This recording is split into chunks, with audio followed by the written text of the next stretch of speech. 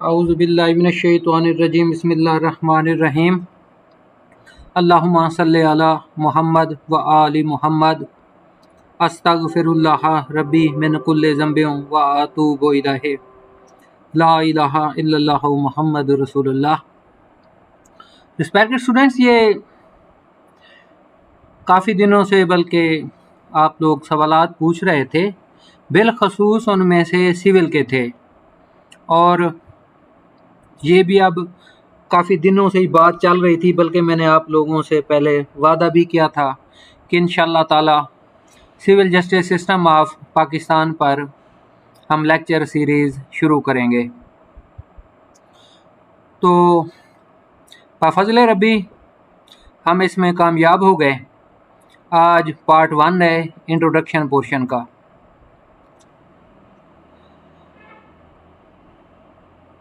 पढ़ाने से कबल कुछ चीज़ें जहन में रखते जाएं। उनमें से अव्वल सबसे पहली चीज़, बेटा आप लोगों ने ना जो बेसिक कंसेप्ट्स हैं, फाउंडेशन, फंडामेंटल्स, उनको बहुत गौर से समझना है। पहले हमारी सीरीज़ है criminal justice system of Pakistan, अब ये है हमारी civil justice system of Pakistan. इंशाअल्लाह ताला क्रिमिनल जस्टिस पर भी दोबारा लेक्चर सीरीज़ शुरू कर देंगे जहाँ से उसे छोड़ा था। तो बाफज़ल रब्बी जितने भी कंपटीशन के एग्ज़ाम्स हैं, प्रैक्टिसिंग पॉइंट ऑफ व्यू से या गवर्नमेंट सर्विस के जितने भी एग्ज़ाम हैं, तो सारी चीज़ें इनमें इंशाअल्लाह ताला कवर होंगी। जो पढ़ाई का मेथड है वो भी आप लोग देख लेंगे। मज़ीद आप लोग जो कोई आरा वगैरह देना चाहें तो इंशाअल्लाह ताला बेटा उसको भी देख लेंगे, और बाकी जो सवालात जैसे आम रूटीन में पहले आप लोग पूछते रहते हैं वो भी शुरू कर देंगे। अब थोड़ा सा तरीक़ाकार इस हिसाब से हम चल रहे हैं कि बेस शुरू से बेटा मैं कोशिश कर रहा हूँ कि आप लोगों को समझाने की और बताने की। अब जो हमारा पाकिस्तान का जुडिशल सिस्टम है उसको थोड़ा सा गौर से इस डायग्राम को देख लें। सबसे पहले क्या है हमारी जुडिशरी ऑफ पाकिस्तान में, जैसे आप ये स्लाइड पे एरो का निशान देख लें, जुडिशरी ऑफ पाकिस्तान है। अब इसमें हमारी सबसे बड़ी अदालत कौन सी है? Honourable supreme court of Pakistan, ये आ गई। फेडरल शरीयत कोर्ट है। अब सिविल जस्टिस सिस्टम के हिसाब से फेडरल शरीयत कोर्ट के क्या फैसला जाते हैं वो भी इंशाअल्लाह ताला बेटा आप लोगों को बताते जाएंगे। फिर ऑनरेबल हाई कोर्ट है हमारी।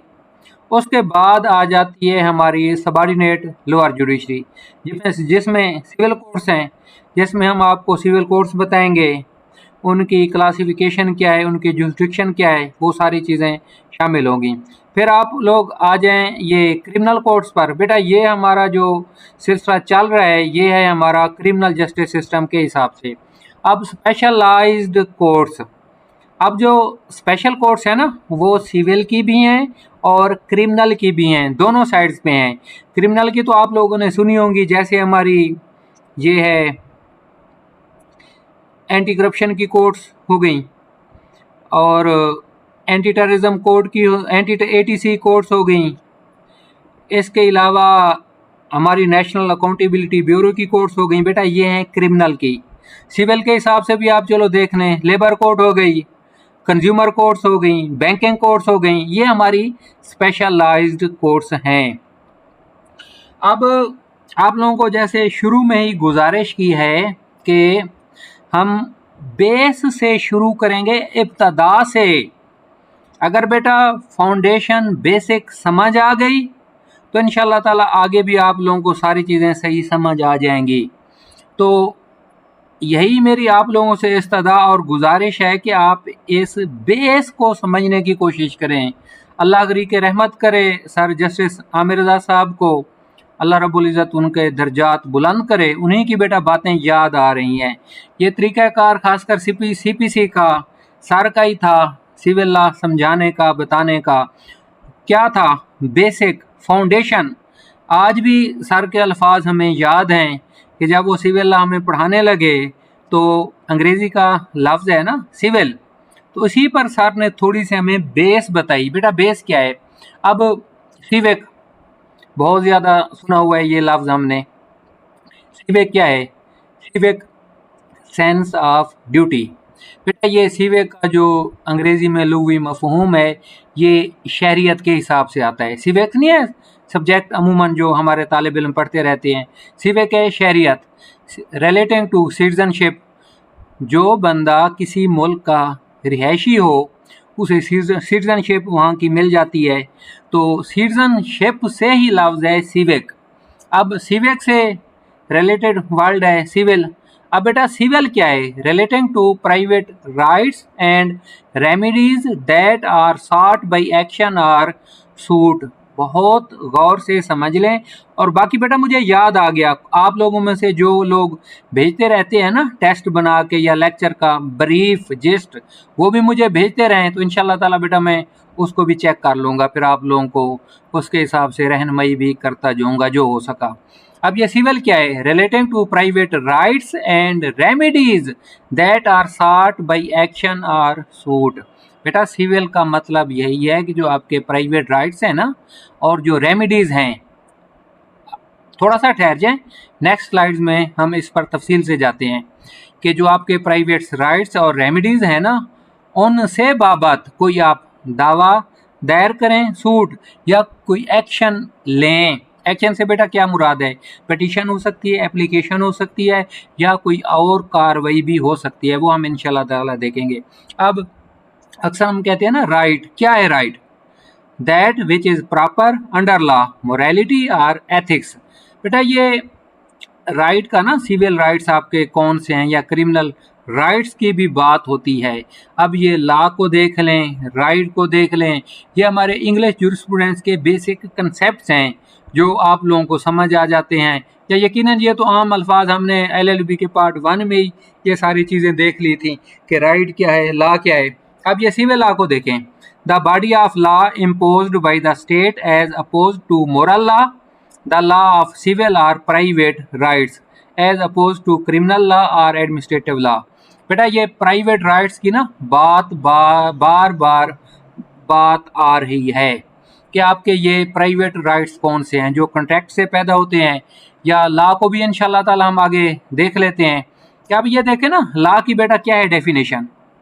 A set of rules, statute है आपका, जो हमारे अमूमन स्टैट्यूटरी लॉज हैं, पार्लियामेंट असम्बलीज इन्हें पास करती हैं। अमूमन जो हमारे कॉमन लॉ कंट्रीज़ हैं उनका एक रिवाज है, कस्टम है कि कवानीन कैसे बनते हैं। पाकिस्तान की आप मिसाल ले लेना बेटा, कोई भी कानून है जो हमारा पार्लियामेंट का मुतलका इदारा है वो लेजिस्लेशन करता है, उसके बाद पार्लियामेंट में उस कानून को पेश किया जाता है, उस पर बहस होती है, आर्गूमेंट्स होते हैं, ऑब्जेक्टिव्स वगैरह होते हैं, उसके बाद वो कानून पास हो जाता है। अब ये क्या है? Body of the law imposed by the state, हुकूमत ने कानून को नाफिज कर दिया।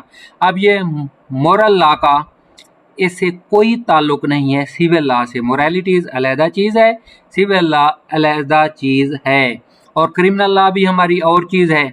अच्छा, और बात इंशाल्लाह ताला इसी में भी हम देखेंगे क्रिमिनल लॉ और सिविल लॉ में फ़र्क क्या है। बेस है, इसको जब आप लोग अच्छे तरीके से बेटा देख लोगे आपको सही समझ आ जाएगी। अब ये बेसिक्स चीज़ें थी, ये सारी ब्लैक्स लॉ डिक्शनरी से बेटा डेफिनेशंस उठाकर ना यहाँ लिखी हैं ताकि आप लोगों को इसकी समझ आ जाए। अब ये अहम बात रूट, अब वही गुजारिश बार बार बेटा कर रहा हूँ, इस लेक्चर को जब आप लोग बहुत गौर से देखेंगे ना, ADPP का आप लोगों का ऑब्जेक्टिव क्वेश्चन हो गया, या सिविल जज का इस तरह का सवाल आ जाता है, या एडिशनल सहन जज के भी जो एग्ज़ाम वगैरह रहते हैं उसमें, वही आपसे गुजारिश कर रहा हूँ कि बेटा फाउंडेशन को पकड़ रहे हैं कि ये सिविल लॉ आखिर आया कहाँ से है, सिविल लॉ क्या है, सिविल प्रोसीजर क्या है, और पाकिस्तान कॉन्स्टिट्यूशन से इसकी रूट्स क्या हैं, उस हवाले से बेटा मैं आप लोगों को बता रहा हूँ। आर्टिकल 142 को आप देख लें, constitution of the Islamic Republic of Pakistan, इसमें आप लोग सामने स्लाइड से देख लें, मजलिस शूरा हमारी पार्लियामेंट हो गई, और प्रोविंशियल असम्बली किसी भी सूबे की आप ले लें। अब इनका ये अख्तियार है, कनकरेंट पावर्स हैं दोनों की, पार्लियामेंट की भी और प्रोविंशियल असम्बली की भी। वो क्या कर सकते हैं? क्रिमिनल लॉ जैसे PPC हो गया हमारा पाकिस्तान पिनल कोड, इसके अलावा दीगर जैसे ATC हो गया एंटी टेररिज्म कोड, या नैब लॉज हो गए, क्रिमिनल प्रोसीजर हो गया एंड एविडेंस। इस पर कनकरेंट पावर्स हैं दोनों के पास, पार्लियामेंट के पास और प्रोविंशियल असेंबलीज के पास भी, क्रिमिनल लॉ की, क्रिमिनल प्रोसीजर की और एविडेंस की। अब सिविल की देख लें, सिविल लॉ की क्या सूरत हाल है। आफ्टर 18th अमेंडमेंट बेटा 2010 में 18वीं तरमीम पास हुई थी। उसमें क्या था, each province can have their own laws on civil law and civil procedure. बेटा ये 18वीं तरमीम के बाद अब सिविल लॉ की बाबत अख्तियार सिर्फ और सिर्फ सूबों को है, जिसकी जदीद मिसाल हमारे सामने है। बेटा ये सीपीसी में अमेंडमेंट हुई थी पंजाब में 2018 में, हमारे सेक्शन पोर्शन में भी और आर्डर पोर्शन में भी। ये सिर्फ हमारे पंजाब में हुई थी और वो लागू भी नवंबर में हुई थी। 2020 का जो नवंबर था ना, उसमें ये इम्प्लीमेंट हुई थी, लेकिन तरमीम 2018 में हो गई थी। तो ये इम्प्लीमेंटेशन की रीज़न क्या थी, उसमें लिख दिया गया था कि इसकी इम्प्लीमेंटेशन बाद में होगी। लेकिन ये जो 12 फरवरी इसी साल 2021 को बेटा जो सिविल लॉ में अमेंडमेंट हुई थी पंजाब में, वो हमारी ऑनरेबल हाई कोर्ट ने वो स्ट्रक ऑफ कर दी थी, सेट असाइड कर दी थी। वो अब अमेंडमेंट इस वक्त पंजाब में लागू नहीं है। तो ये होगी हमारी कॉन्स्टिट्यूशन की बेस। अब नेक्स्ट आप आ जाएं बेटा, ये सर फजल करीम साहब हमारे, ये सॉरी अगर मुझसे गलती नहीं हो रही, सुप्रीम कोर्ट ऑफ पाकिस्तान के हमारे जज साहब गुजरे हैं बेटा। उनकी एक किताब है एक्सेस टू जस्टिस, यकीनन ही उनका नाम है मिस्टर जस्टिस सर फजल करीम साहब। उनकी किताब से कुछ मैंने रहनुमाई ली है, वो भी आप लोगों को बता दूंगा। अब इसी किताब में लिखा हुआ है, इसके अलावा भी बेटा पाकिस्तान में जिसने सिविल लॉ को समझना है, प्रोसीजर को, उसे कोड ऑफ सिविल प्रोसीजर अच्छे तरीके से समझना होगा।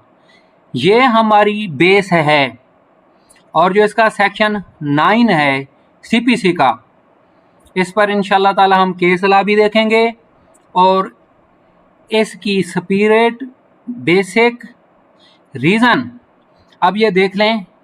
इंशाल्लाह ताला नेक्स्ट लेक्चर में ही मौका मिलेगा कि ऑनरेबल हाई कोर्ट में, सुप्रीम कोर्ट में काफ़ी सारे इश्यूज़ आए। यही मामला आया कि नीचे प्लेंट रिटर्न हो गई या रिजेक्ट हो गई, 7-10 लग गया या 7-11। अब ऑनरेबल हाई कोर्ट और सुप्रीम कोर्ट बार बार कह रही है जुरिस्डिक्शन का। अब जो बेसिक है ना, उसको आप ये नीचे इसके आप इस स्लाइड के एंड में जाए ना, ये क्या है बेटा, देखो ये है जी, एक मिनट जरा मैं आप लोगों को वाजे दिखा दूं बेटा। यू बाई जस, आई बाई रेमिडियम, meaning when there was right there was a remedy. बेटा जहाँ कहीं आप लोगों का हक है वहाँ आप लोगों की रेमिडी है। सेक्शन 9 की ये बेस है, स्पिरिट है, रूह है। जिस बंदे ने सिविल लॉ को समझना है, इसकी अहमियत को, काबिलियत इसमें लानी है, हमेशा वो इसी जो ये जो मैगज़ीन है ना, जो भी बेटा मैंने पढ़ी है, इसी का आसरा सहारा लेना पड़ेगा।